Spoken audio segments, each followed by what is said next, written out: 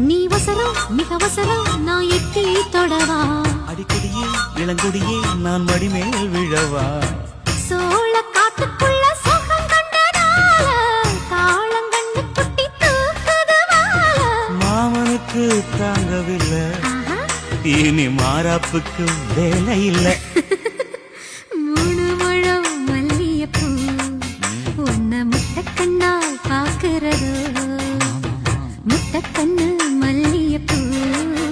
உன்னை முட்ட சொல்லி கூப்பிடுதோ நீ காவலுக்கு மட்டும் இல்லையா எங்கட்டிலுக்கும் கெட்டிக்காரையா நான் சொடக்கெடுக்க சொல்லி தரையா நீ கிட்ட வாயா உன்னோடம் மல்லியப்பூ என்ன முட்டக்கண்ணா பாக்குதடி